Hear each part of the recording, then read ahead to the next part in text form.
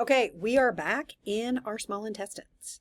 Okay, we have just talked about, we have made it down from the mouth all the way down into the stomach. We've swirled things around. We've really tried to digest it. Then we've moved it through the duodenum, right? We've added the bicarb so it won't burn our small intestines. And now we are ready to absorb some stuff into our small intestines. Okay, and we remember, we're going to move it. This is your small intestines, right? We've got to get it through this microvilli cell in out this side, right, where it can get into the blood. Okay, there are mucous membranes in your small intestines. There are ridges, furrows. The villi contain even smaller microvilli, and this greatly increases your absorption area, because remember, the point of the small intestines is to absorb, right? We're going to absorb, we're going to break down those carbohydrates, right? We got a polysaccharide, and we're going to break it down into a monosaccharide, like just glucose. But then we've got to get our glucose molecule from the small intestines into our actual blood, okay? We need the glucose molecule in. We're trying to raise our blood sugar, okay?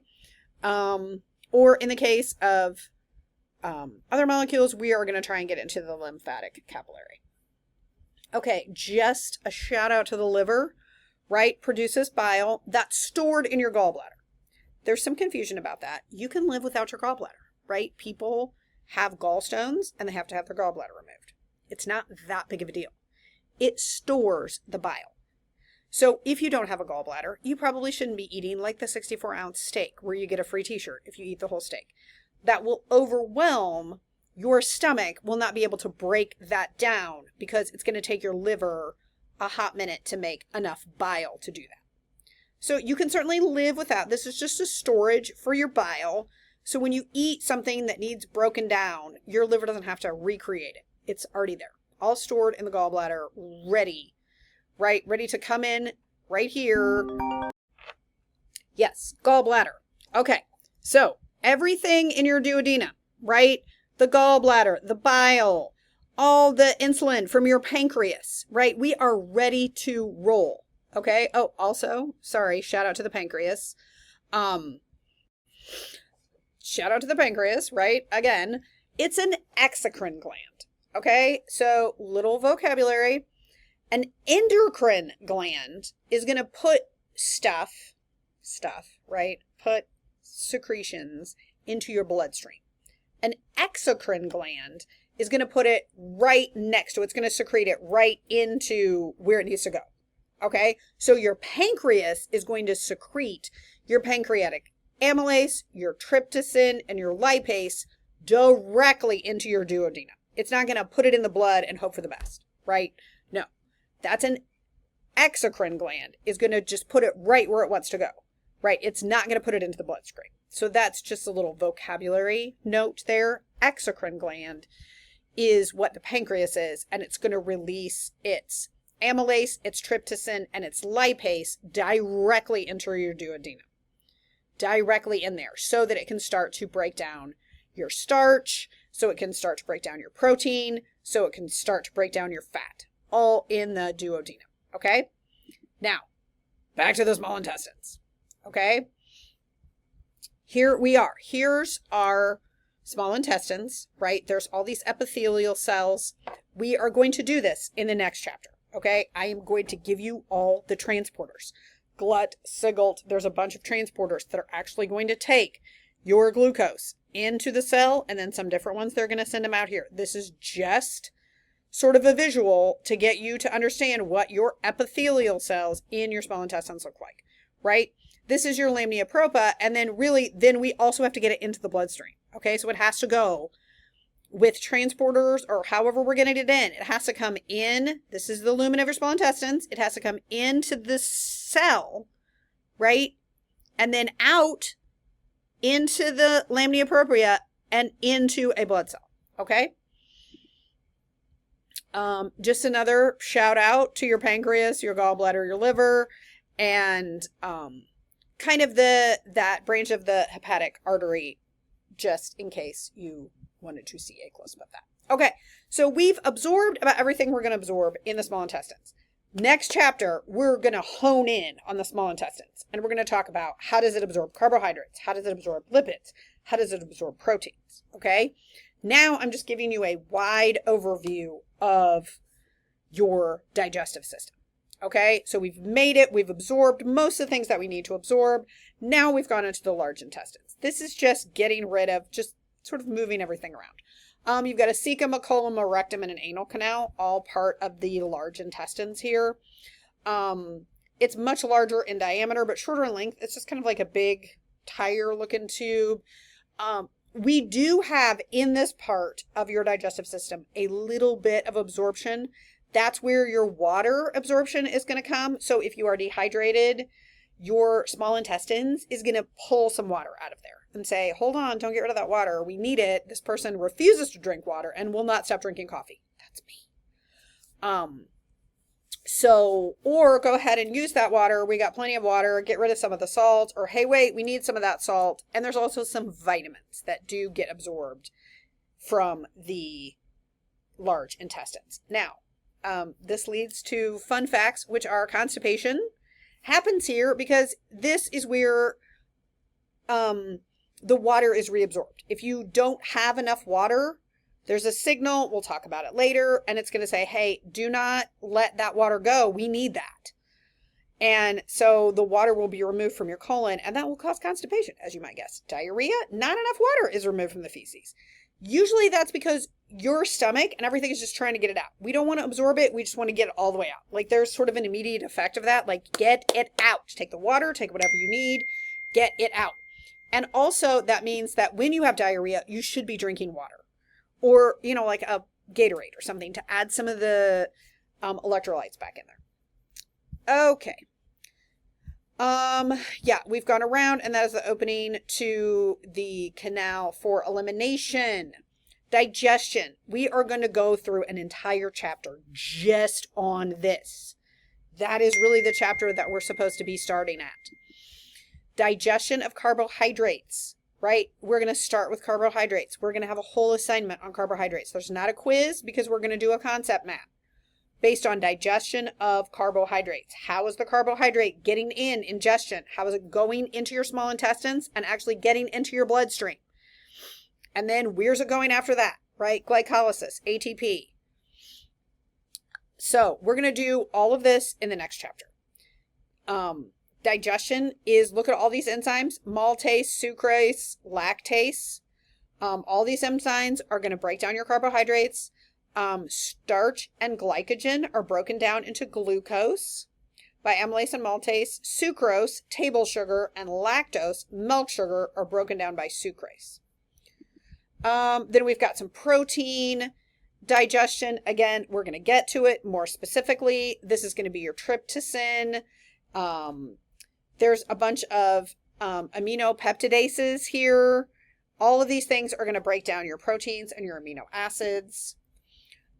And the liver, again, when we're talking about protein digestion, we're definitely going to revisit our friends, the liver, the gallbladder, and the pancreas, because they are really important in distributing the enzymes that are there to break down the fats and the proteins.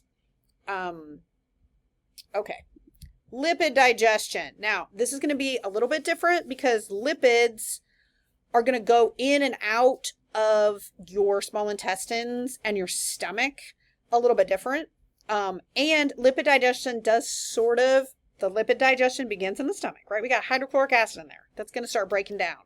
But the bulk of your lipid digestion, wherever all the rest of the digestion occurs, in the small intestines. Why? Because you've got your pancreas and your gallbladder there putting things in to the duodenum, which basically triggers that bile, right? When it's in your stomach, it's like, oh, we don't really know what's going on in there. But once it hits the duodenum, that is where we're talking to the gallbladder and the pancreas and the liver. And that's where you're going to get your bile to aid in the digestion of your lipases. Okay? Again, just it comes in the mouth. Remember, this is a tube. Nothing goes in your body unless it is absorbed in there. This is just one giant tube within a tube. Some nutrition facts, of course, don't eat too much sugar. It's kind of the same. Glucose is the preferred direct energy source in cells. Plants store glucose as starch. Animals store glucose as glycogen. So we're going to talk about how we store glycogen and how we move things around. Fiber. Fiber is undigestible carbohydrates. So you're not actually digesting it. You're not absorbing it. Why? Why on earth do we keep saying, eat some fiber? You need to have fiber. We trick you with fiber. We put fiber in things that shouldn't even be in there. What is that for? Beans, peas, fruits, vegetables. Really, why? Why are we doing that if it can't be digested? What is the point of fiber? Let me tell you, friends, it's the pooping, right? Just like we said. Soluble fiber combines with the bile acids and cholesterol and prevents them from being absorbed. So it's all about so the more fiber you eat, the more it absorbs. So the fiber with the bile together kind of bind the cholesterol in your small intestines and prevents it from being overly absorbed. So for example, if you eat a little bit of bread with your big old piece of fat, it evens it out a little bit. Now, not a lot. You can't just start eating tons of bread and a 64-ounce steak. But that is what the fiber is for. The fiber absorbs some of that cholesterol. So when you have high cholesterol, eat more fiber. Plus, it moves things through. Remember, it's a tube. If it gets all clogged in there with smushy stuff, fiber cleans you out, right? Okay, so that was a little over explanation of fiber, but it does prevent your cholesterol from being absorbed. That is what it is for. It is not to be digested and absorbed itself. You have 20 amino acids. We already know this. And you need those to essential amino acids. You need them to basically make cells, do all the things. So you require essential amino acids from food, meat, eggs, vegetables. So you have to have proteins which break down into amino acids. Here's the essential ones: methionine, valine, threonine, phenylalanine, leucine, isoleucine, tryptophan, and lysine. Kids also need arginine because they are growing. You do need a little bit of lipids, right? You can't go on a completely non-fat diet. It's not great for you, but you can. There are better fats than others, right? Like salmon, lean meats, things like that. So you can't go completely without saturated fats, which are solid at room temperature. Usually come from animals. Think lard.